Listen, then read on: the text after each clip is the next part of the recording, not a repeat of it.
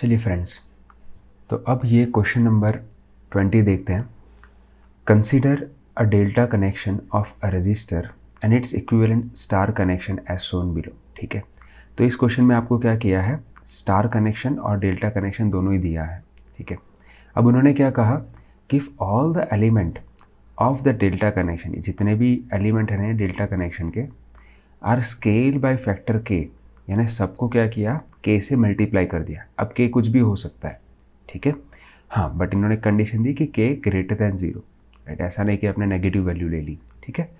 तो जब आप यहाँ पे भी आर बी को भी के से मल्टीप्लाई करोगे, आर ए को भी के से मल्टीप्लाई करोगे और आर सी को भी के से मल्टीप्लाई करोगे, तो करस्पॉन्डिंग इस पे क्या वैल्यू आएगी, इस पे क्या इफेक्ट आएगा, ठीक है। तो अब आपको फार्मूला पता है, इस तरीके से आपने ये फार्मूला देखा होगा, right. When we generally find the value of K, तो इस तरीके से बीच में लिखते हैं, और मुझे इसकी वैल्यू अगर फाइंड करनी है, राइट, तो क्या कहेंगे हम, जनरली क्या करते हैं, अगर आपको याद होगा तो जिन दोनों बीच के पॉइंट को हम कनेक्ट करते हैं, तो आर बी और आर ए को हम मल्टीप्लाई करेंगे ये वैल्यू कैलकुलेट करने के लिए, और इन सभी के समेशन से डिवाइड करेंगे, ये हम करते हैं। So let me show you directly, ताकि थोड़ा सा टाइम भी बच सके, राइट। सो ये अगर आर ए निकाल रहे हैं, तो क्या किया हमने, इन दोनों वैल्यू, ये वैल्यू और ये वैल्यू का मल्टीप्लाई किया ऊपर, ठीक है, और नीचे क्या किया, उन सभी के एडिशन से डिवाइड कर दिया, ठीक है। अब यहाँ पे क्या हो रहा है पता है, एक चीज़ आपको ध्यान रखनी है कि आप इन सभी के वैल्यू को के से मल्टीप्लाई कर रहे हो। तो सिंपल, जब आप हर एक वैल्यू को के से मल्टीप्लाई करोगे तो ऊपर कहीं ना कहीं आपको के स्क्वायर मिलेगा, ठीक है, क्योंकि आर बी के साथ भी के है और आर सी के भी साथ भी के है, तो के स्क्वायर मिलेगा, और इन सब के साथ के है। तो आप देख सकते हो ये वाले पोर्शन में, ठीक है। अब क्या करोगे, कॉमन ले लिया के को, और एक के से एक के कैंसिल कर दिया, तो आपका बचा क्या, सिर्फ के, राइट। तो आंसर क्या आ जाएगा, ये वाला आंसर, ठीक है। So if you see here, option number B is the correct answer. बहुत सिंपल सा क्वेश्चन था, बस आपको यहाँ पे सिर्फ और सिर्फ फॉर्मूला की ज़रूरत थी। अंडरस्टूड। चलिए नेक्स्ट क्वेश्चन पे आते हैं। तो यहाँ पे V A minus V B, V A कहाँ पे है, ये वाला पॉइंट और ये वाला पॉइंट के बीच का वोल्टेज दिया है 6 वोल्ट, ठीक है, 6 वोल्ट हमें दिया है। और इन्होंने क्या बोला कि भाई साहब ये वाला वोल्टेज हमें बता दीजिए, कौन सा, V C minus V D. अब काफ़ी लोग कैसे क्या कर सकते हैं, मैं पहले आपको ये बताता हूँ, कहाँ गलतियाँ होती है वो पहले बताता हूँ। काफ़ी लोग देखेंगे कि देखिए लगभग ये वाला और ये वाला पार्ट सेम है, लगभग, बहुत ध्यान से नहीं, वो ऑलमोस्ट देखेंगे सेम दिख रहा है, और एग्जैक्टली ये सेम दिख रहा है, तो यहाँ पे 6 वोल्ट ही होगा ना, ज़्यादा क्यों सोचना, और इस हिसाब से वो ऑप्शन में भी है, आंसर दे देंगे। तो ये पहली गलती, ठीक है, क्यों, तो ये अगर आप ध्यान से देखोगे तो यहाँ पे क्या है 5 वोल्ट और यहाँ पे क्या है 10 वोल्ट, ठीक है। अच्छा, दूसरे लोग क्या करेंगे, थोड़ा सा और ज़्यादा सोचेंगे, जिनको पता होगा कि जब करंट सोर्स और रेजिस्टेंस पैरेलल में होता है, जिनको ये कॉन्सेप्ट पता होगा कि जब करंट सोर्स और ये रेजिस्टेंस पैरेलल में है, ठीक है, तो इसको हम कन्वर्ट कर सकते हैं एक वोल्टेज सोर्स, ठीक है, एक वोल्टेज सोर्स और एक रेजिस्टेंस सीरीज में, ठीक है। अब यहाँ पे सबसे बड़ा कन्फ्यूजन स्टूडेंट्स के लिए क्या होता है कि डायरेक्शन कौन सी ले हम, ठीक है।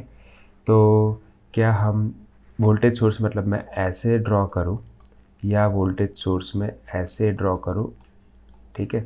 तो इसके लिए एक जनरल रूल है, मैं आपको फिगर से समझा देता हूँ। जनरल रूल कैसा है कि जब करंट इस डायरेक्शन में जा रहा हो, ठीक है, तो आपको इस तरीके से वोल्टेज सोर्स लेना है कि वो भी करंट को इसी डायरेक्शन में भेजेगा। समझ में आ गई बात, ठीक है। तो ये चीज़ आप करोगे सेकंड स्टेप में, ठीक है, यहाँ तक समझ में आया। अच्छा, वापस में आता हूँ, तो ये नहीं बना देना, क्योंकि काफ़ी लोग कैसे सोचते हैं, मैं आपको बताता हूँ कि करंट इधर से गया और इधर आ गया, ऐसा सोचते हैं। तो वो क्या करेंगे, इस टाइप का ड्रॉ करेंगे, ठीक है, जो गलत हो जाएगा। ओके, तो जिन्होंने ऐसा सोचा ना, ठीक है, वो क्या सोच सकते हैं कि देखो 6 वोल्ट तो आ ही रहा है, इसके अक्रॉस में 6 आ रहा है, और जब ये कन्वर्ट करेंगे तो इनको कुछ नहीं करना होता है, इस रेजिस्टेंस और इस करंट सोर्स को मल्टीप्लाई करके ये वोल्टेज सोर्स लिखना होता है, राइट। तो वो लोग क्या लिखेंगे, वो लिखेंगे 2 वोल्ट, ठीक है, और ज़्यादा ना सोच के ये 2 वोल्ट के चक्कर में ये आंसर दे देंगे। समझ में आई बात। तो इस वजह से ये दूसरी गलती होने के चांसेस है। ओके, अब आता है 3 वोल्ट देने वाले लोग भी होंगे यहाँ पे, ठीक है। वो कैसे सोचते हैं वो भी मैं बताता हूँ आपको कि देखो भाई साहब, ये 5 वोल्ट है, इधर यहाँ पे 10 वोल्ट है, 5 माइनस 10 कितना होता है 5, और यहाँ पे 2 वोल्ट है, उसको सब्ट्रैक्ट करके 3 वोल्ट दे देंगे। तो ये भी गलत हो गया, ठीक है, क्योंकि कुछ भी कर रहे हैं। समझ में आई बात।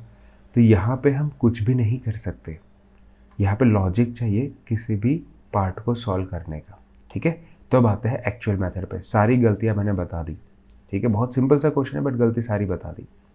हम डायरेक्टली आप ले सकते हो क्या इस तरीके से, ये वाला पॉइंट कि नहीं इन दोनों के बीच में अगर ये वोल्टेज है तो इस पॉइंट पे पर्टिकुलरली 5 वोल्ट ही होगा, या इस पॉइंट पे, यहाँ पे तो रेजिस्टेंस भी है तो अभी लोग 10 ले लेते हैं, राइट। तो वो गलतियाँ नहीं करनी है। चलिए अब आते हैं एक्चुअल पे।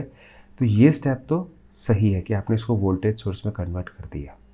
अब यहाँ पे ये लोग चाहते क्या थे आपसे, what exactly they want in this question, कि देखो भाई साहब इन दोनों के बीच में अगर मैंने आपको 6 वोल्ट दिया है ना, तो कहीं ना कहीं मैंने आपको ये बता दिया कि यहाँ से यहाँ 3 एम्पियर करंट जा रहा है, नेटवर्क ए से नेटवर्क बी ने, राइट। मान लो 3 रुपये इनको दिए हैं, अब नेटवर्क बी का भी कर्तव्य बनता है कि वापस 3 रुपये दे दे, तो इस सर्किट से वो 3 एम्पियर करंट वापस जाएगा। पहली बात समझ में आई बात, ठीक है। अब ये वोल्टेज तो है, प्लस जब करंट ऐसे जाता है, राइट, डेफिनेटली जाएगा, तो यहाँ पे पॉजिटिव और नेगेटिव इस तरीके से बना देगा, पॉजिटिव और नेगेटिव बना देगा, ठीक है। तो जब करंट इधर से इधर जा रहा था तो यहाँ पे वोल्टेज ड्रॉप कराएगा 3 वोल्ट का, ठीक है।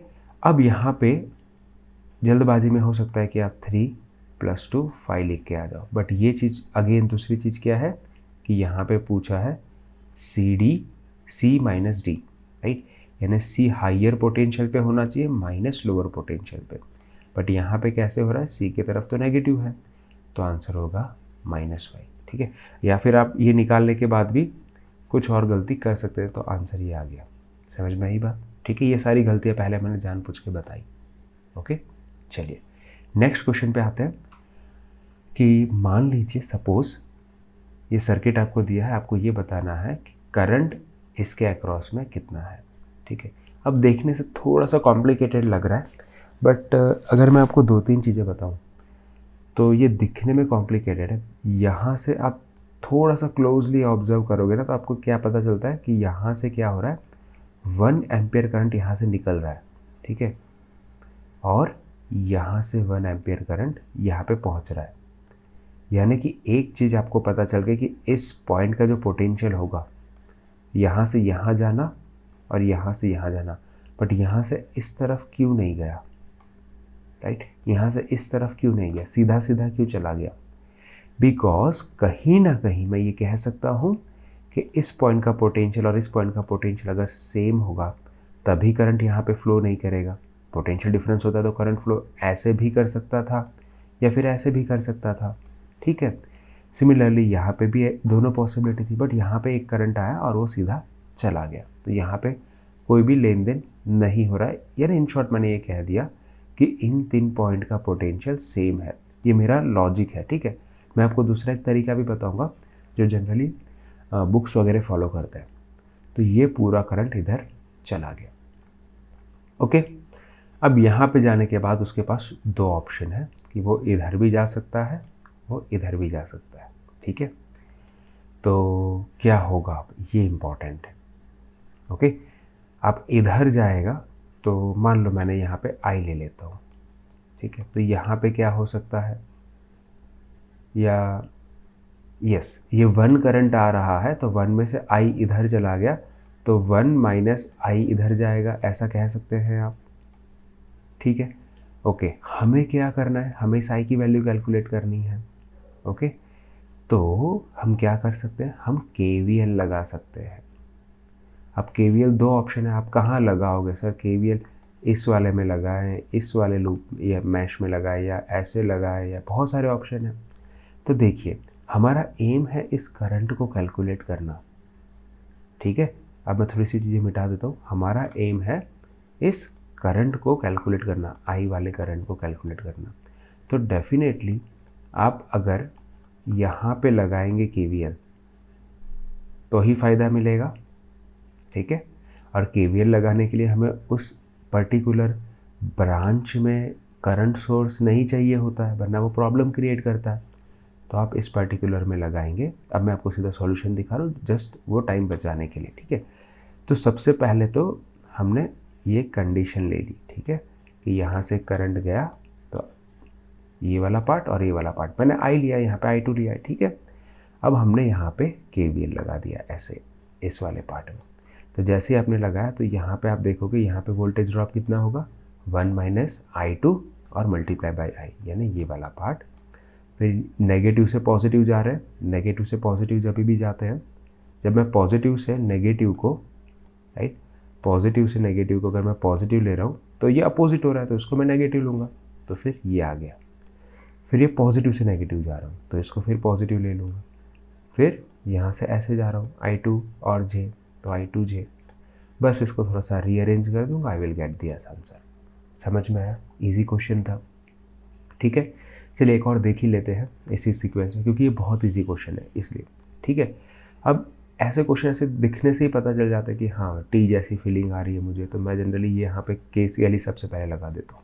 ठीक है, बट आप क्वेश्चन को क्लोजली ऑब्जर्व करोगे तो यहाँ से 2 एम्पियर करंट ऐसे आ रहा है, बिकॉज करंट सोर्स है, यहाँ से 2 एम्पियर आ रहा है, 1 एम्पियर इस 12 ओम ने ले लिया, 1, राइट, इसने बोला कि भाई साहब मुझे 1 एम्पियर दे दो ना, तो 1 एम्पियर इधर चला गया।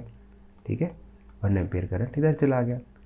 इन्होंने क्या पूछा कि मुझे इस रेजिस्टेंस की वैल्यू बताओ। देखो, जब भी ऐसा सिंपल क्वेश्चन होता है, रेजिस्टेंस की वैल्यू पूछा है, तो मैं सिंपल ये कहूँगा V = IR, ये जो ओम्स भाई साहब ने हमें दिया था उसी का यूज़ करते हैं। ठीक है, तो अगर मेरे को I पता होगा, अगर मेरे को V पता होगा, तो मैं आराम से R निकाल लूँगा। ठीक है, तो मेरे को I तो पता चल गया लकीली KCL लगा के। ठीक है, अब KCL जैसी फीलिंग भी नहीं आई होगी कि यहाँ से 2 आया, एक इधर चला गया, तो बचा हुआ एक इधर ही जाने वाला है, राइट। तो बहुत अब जनरल सा हो गया। ठीक है, अब आप क्या बोलोगे कि अच्छा 1 एम्पियर करंट पता चल गया मुझे। ओके, अब वोल्टेज देखते हैं।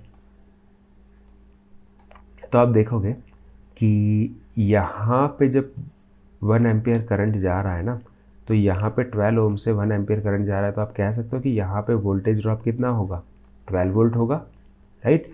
और 12 वोल्ट अगर इस पॉइंट को मैं रेफरेंस ले रहा हूँ, तो इन दोनों के बीच में अगर 12 वोल्ट है तो ये एग्जैक्टली 12 वोल्ट पे होगा।